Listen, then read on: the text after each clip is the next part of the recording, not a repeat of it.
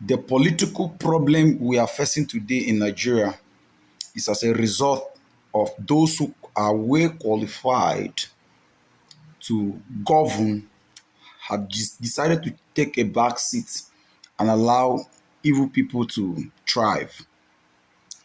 One thing about evil is that silence fuel evil. Silence fuel bad. Silence fuel anything that is not good enough. But it takes speaking out, always encouraging the right thing to be done, holding to the principles of truth in light that brings development, growth, and one fundamental thing that we have to understand in Nigeria today is that being good is not enough. Being radically good is the only thing that can help Nigeria become a better society. If you look in Nigeria, as a citizen living here, you will understand that Nigeria is overly blessed. But the very foundation upon which the country was laid on is corruption. How?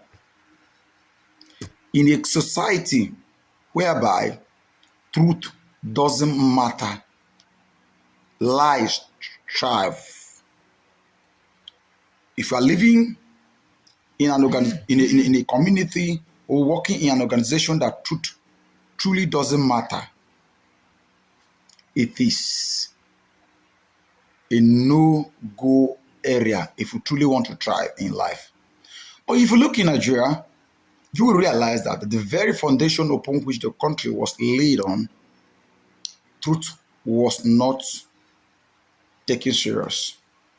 Truth was not considered as a paramount. I read the history. I understood that Mike smoked snuff, shed tears to woo the empathy or the sympathy of the queen in order to get independent. And I can tell you for a fact that Nigeria is still in this mess because those who British decided to hand over power to make the ruling class in Nigeria don't care about the truth. Why? If the Northern Empire decide to make Nigeria a better place today, Nigeria will be better. But what matters to the North the most is religion. How to change everybody become a Muslim. I'm not Islamophobic, God forbid. I sincerely love Muslims, but I hate radical Islamism that pushed an agenda of Islamizing Nigeria. It is a global agenda, and Nigeria is truly suffering the pain of it. And the majority Christian community in Nigeria, Christians are majority, but they are forced to accept to be minority.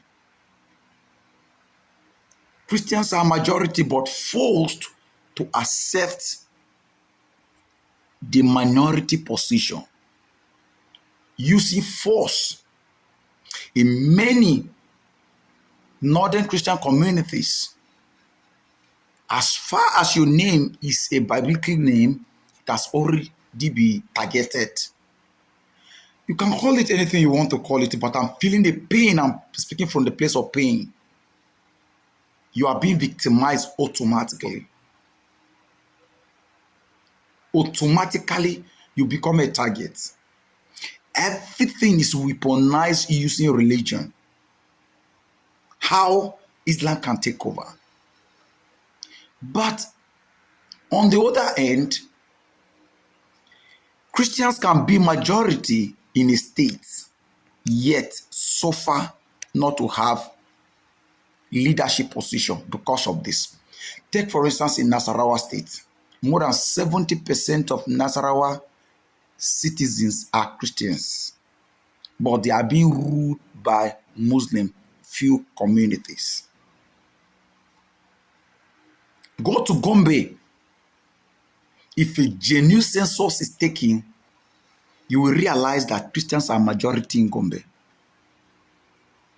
Is he in Kaduna State, where Christians, in fact, the reason why Katsina and Kaduna were separated was that the northern part should go with the majority Muslim. But today, even the southern Kaduna, predominantly Christian today, has a Muslim ticket. If not for the political effort of Obasani just to make Christian feel belonged. When the radical jihadist El-Rufai was there, he tumbled everything just to make him become a better Muslim to the radicals. Nigeria is suffering today because truth doesn't matter.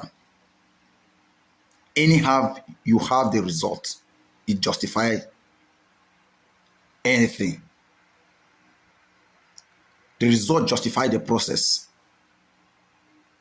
So, in Nigeria, it is normal to see one part of the country given an advantage to take positions without qualification.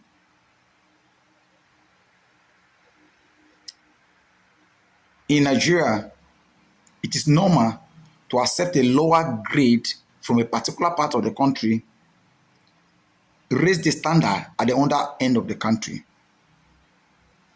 Why? Because those who are supposed to hold onto the truth and make truth, they become the ones in power.